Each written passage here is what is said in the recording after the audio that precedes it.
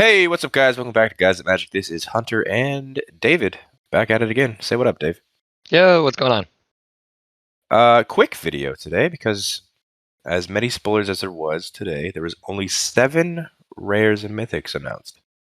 If you want to see all of the spoilers, including the comments and uncomments, what are you doing not following us on our Instagram at Guys at Magic? Go follow us. We post them all. But with this video, we are only talking about the rares and mythics, so again, go follow. Let's start off with the first one. This is Dreadful Service. Dreadful Service is an enchantment that costs 2 and a black. It says whenever you discard 1 or more cards, create a 2/2 black zombie creature token. This ability triggers only once each turn. How bad is this card, David? I love the punny name of it. Dreadful Service? Yeah. But overall, as a card? I don't know. It's the ability triggers only once per turn thing, so it's super safe. You can make a 2/2. Exactly. Why is that? That's it. Yeah. No. I mean, I guess if you're discarding cards on your opponent's turns, you can maximize the number of 2/2s that you get.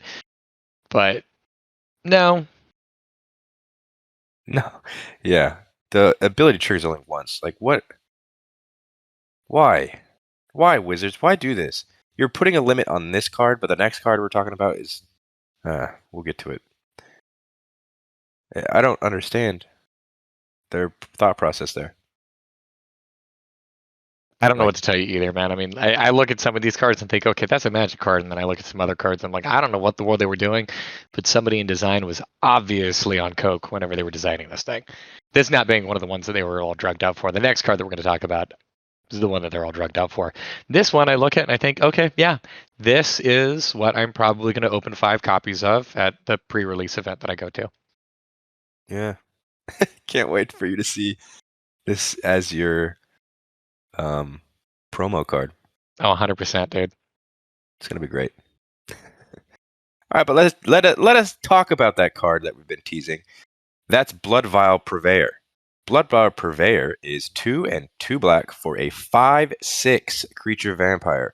It's got flying and trample that says whenever an opponent casts a spell, that player creates a blood token. And whenever Bloodvial Purveyor attacks, it gets +1/+0 for each blood token defending player controls. So you thought green was powerful. How about black? I don't like this kind of design at all. A very strong card. And I also like to point out that Wizards has already said all the cards being printed should have said that second part until end of turn. I mean, most of us Magic players know that doesn't say counters, so. But yeah, they had to add that little thing today. So the like supposed, like, I'm gonna air quote downside here is that your opponents are getting these blood vials which they can then use, but literally it doesn't matter. Yeah, you're giving your opponent something to draw a card, but they also have to pay to draw it. And if they're using the mana to get rid of it, I mean, hopefully they draw into an answer to deal with this, but I mean, you're slowing down their game plan. This is 4 mana for a 5/6 flying trample, so it's already massively above rate for what you should be getting, and it has additional upside. Yeah, it gets stronger. Not even that it gets stronger. I mean, it's just like, I don't think that the blood tokens, I don't know. I haven't played with the blood tokens, obviously. I don't think that they are going to read very good. I don't think that these are going to be the next treasure or the next food or something like that. I don't think that they're very good at all. I don't know. Card draw is very important. It's not card drop. You have to discard a card. You're rummaging. Okay, yeah, but you're still drawing. I mean, you're discarding something that's not the answer to try to find the answer. I feel like I shouldn't have to burn through my deck and spend all of my mana to try and deal with a 4 mana creature that is so stupidly above rate. Like, I get it if they built their deck around a 4-drop and it synergizes well, or they I don't know, found some interaction that works out for him. This card on its face is just this massive game closer. It really is. And the craziest part is that it's not legendary, so you have multiple of these on the field. You don't need multiple, dude. Like one of these is going to get the job done, and unless your opponent has something that's going to just outright destroy or exile, like this is game. Yeah. This card, like they printed it knowing they're gonna have to ban it. I I think don't it's think so. I don't think this is quite at ban level, because if you have any kind of like big mana deck or anything that pops up in standard or any kind of control, it'll be fine. But like these are the kinds of cards that I see that just like they shit all over like the aggro or the mid-range decks or other decks of that equivalent. So it forces the meta to go into this like these big mana, I'm gonna close out the game on turn 8 and just kind of piddle for it around in the meantime. I feel like this cards like this are the reason why we end up with things like the ultimatums and we end up with things like the Alron's epiphanies. That's why those decks do so well. I guess, but I don't know, man. I agree that this card is way too powerful. Like this, based on what we saw in the last video, I think nothing holds a candle to this card. I still think the 2 green creatures that we talked about yesterday, the 3 mana wolf and the 4 mana werewolf, are still very good and potentially better than this, but just for like rate, just face value, this card is insane. Yeah, completely agree. All right, let's move on to an actual legendary creature. This is Henrika, Domnathi. Henrika is 2 and 2 black for a 1/3 legendary creature vampire. She's got flying. She also says at the beginning of combat on your turn, choose one that hasn't been chosen. You can choose from each player's sacks a creature, or you draw a card and lose 1 life, or transform Henrika Domnathi. Or Domnathi. When you transform her, she turns into Henrika Infernal Seer. Henrika Infernal Seer is a 3/4 flying Death Touch lifelinker. Also has an ability of pay 1 and 2 black. Each creature you control with flying Death Touch, and or lifelink gets +1/+0 until end of turn. Card was very hard to read. There's a lot going on. Domnathi. I was going to say Domrathi because it reminds me of Game of Thrones, but This card reminds me a lot of Rankle. So there's a lot here that I want to like. Mainly just because of like the different modes. Rankle is something that you can repeat over and over and over again. But so I don't think that this is quite as good. well, think about this. You play this for 4 mana, transform it immediately. I feel like that's probably the last mode I want to use on this card, to be completely honest. Not to say that the transform portion of it is bad, because it's not. I mean, paying 4 mana for a 3/4 flying Death Touch lifelink with a mana sync ability is pretty dope. It's Yeah. almost, it's like a little Atraxa. Yeah. I do really like the whole like you can draw a card to lose a life and the sacrifice a creature. If you're playing this on an empty board state, obviously you're not sacrificing the creature. Mm-hmm. So I think what I'm probably going to do 9 times out of 10 is drop this, draw a card, and lose 1 life. That way this thing cantrips, and then on my next combat, maybe go for the sacrifice a creature if I have another creature that's worth sacrificing, or I need to get rid of one of my opponent's threats. So it's a versatile card. I think it's cool. Just make sure if you are going to play this in main phase 1. Yeah, definitely. Get that first ability triggered quick. All right, let's move on to a green card. We've talked a lot about black so far, but now let's go with green. Back to your favorite color. All right, so this next card is Glorious Sunrise. It's 3 green and a green for an enchantment. It says at the beginning of combat on your turn, choose 1. Creatures you control get +1/+1 and gain trample until end of turn. Target land gains tap, add 3 green mana until end of turn. Draw a card if you control a creature with a power 3 or greater, and you gain 3 life. So those are the 4 different modes on this card. I like it. The target land tapping for 3 green is awesome. I like this too. It's not oppressive. It does a decent amount of things. It's very versatile. This is how I like my green. And why is Teferi on the card? It's Teferi, Arlen Cord, and then I don't remember what the chick in the middle's name is. She was one of the legendary creatures from. Oh my goodness, I don't even remember the last set. Midnight Hunt. Catilda? Sure. I don't remember the name. The This is human, one of right? their. Yeah, this is their story spotlight. So I'm assuming this is the point where it's like, yay, the sun is back, and it's not eternal nighttime forever. We did it. The good guys won. Oh. And But whenever did the they good, win? We still haven't learned about Audric yet.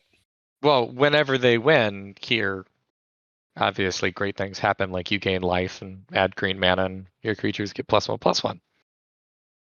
Yeah, But exactly. yeah, just one of those at a time, though. So you love this card. You actually like a green card. I actually do like a green card for a 5 mana enchantment. 5 mana for an enchantment is kind of expensive.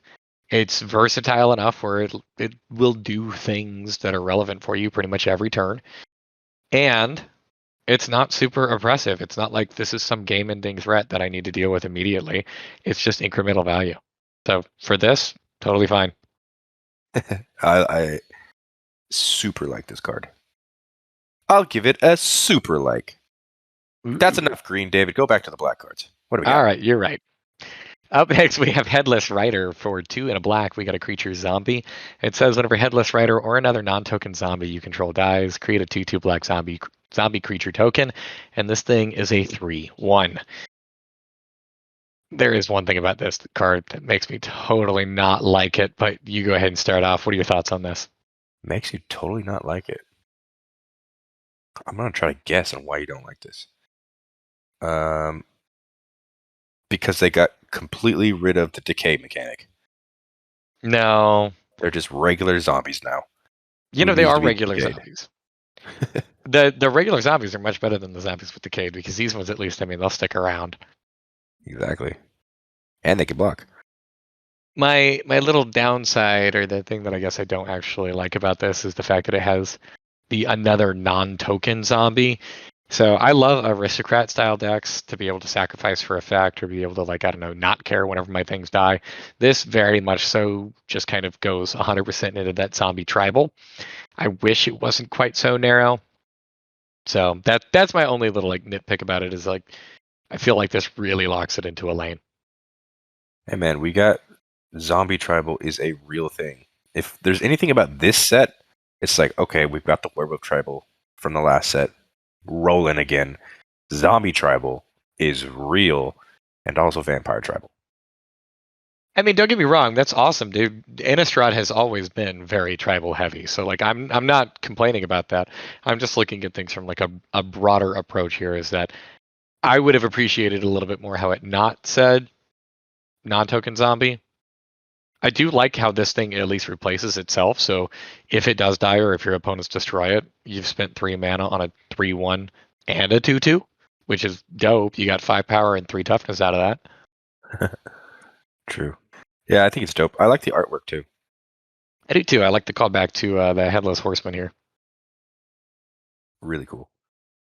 Let's talk about another zombie, Dave. What do we got? Next up, we have Graf Reaver. Graf Reaver is 1 and a black for a creature zombie warrior. It has exploit. For those of you who don't remember what that does, it says whenever this creature enters the battlefield, you may sacrifice a creature.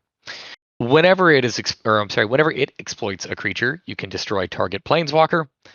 And at the beginning of your upkeep, Graf Reaver deals 1 damage to you. This thing is a 3/3. It is amazing. It's the moving Iron Throne. Um, this is essentially because you can exploit itself. This is a 2 mana destroy planeswalker. Yep. It's awesome. Which is hilarious to me because we're getting Hero's Downfall in this set as well.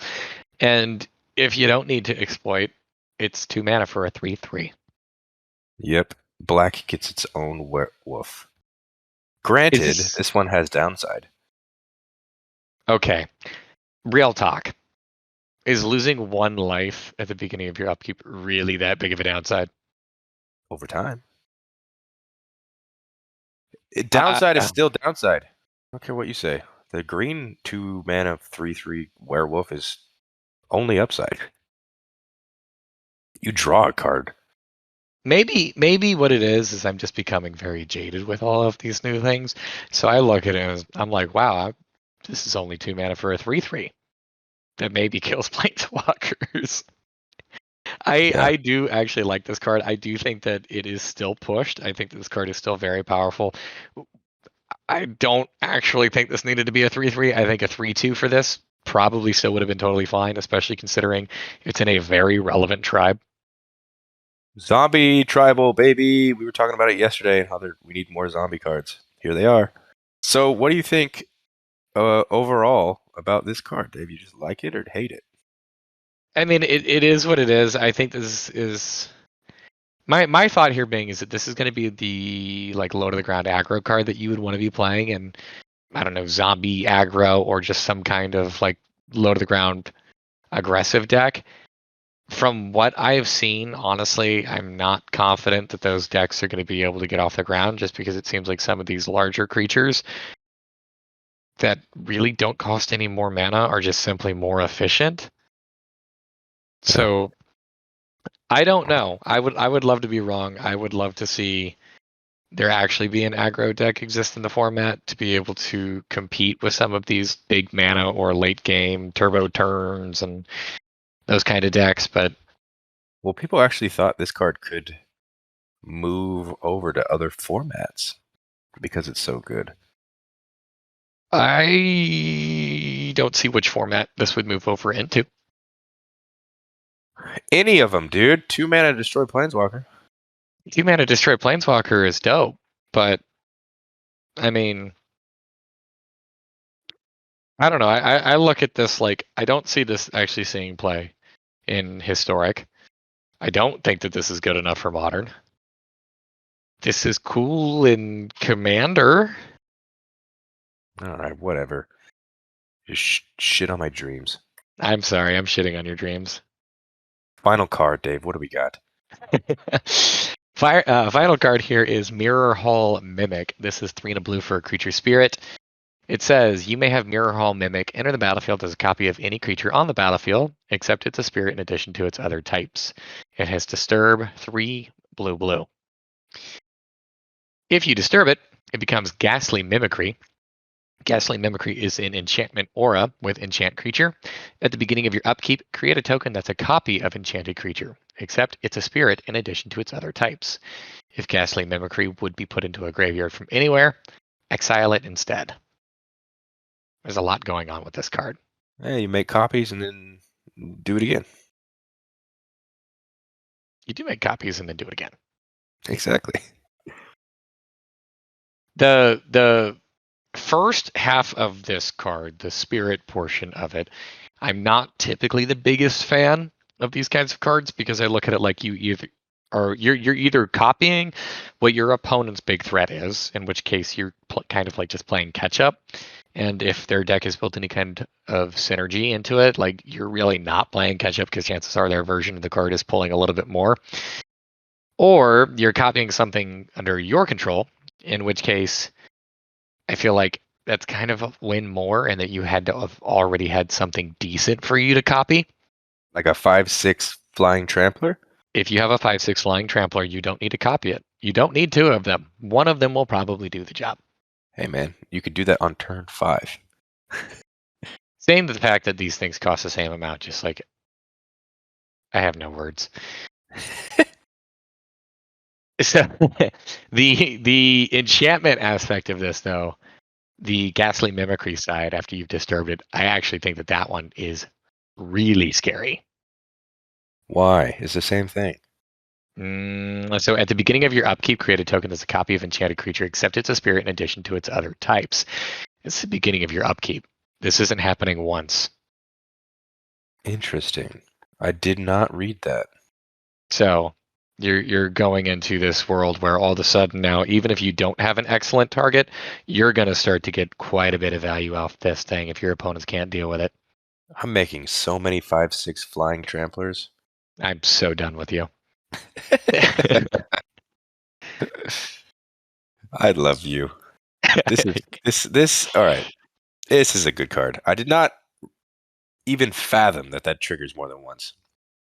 Did not cross my mind. That's wild.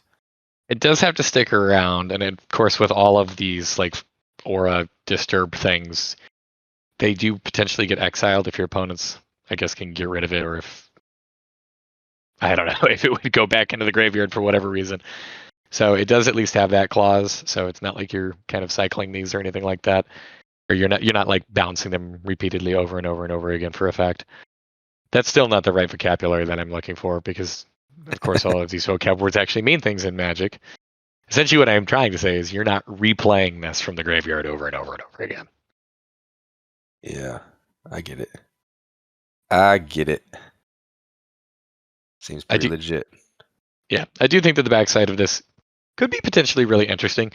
Now, if there going to be a deck that actually wants to be doing something like this, because you're going to have to be able to get to 5 mana, you're going to have some creatures.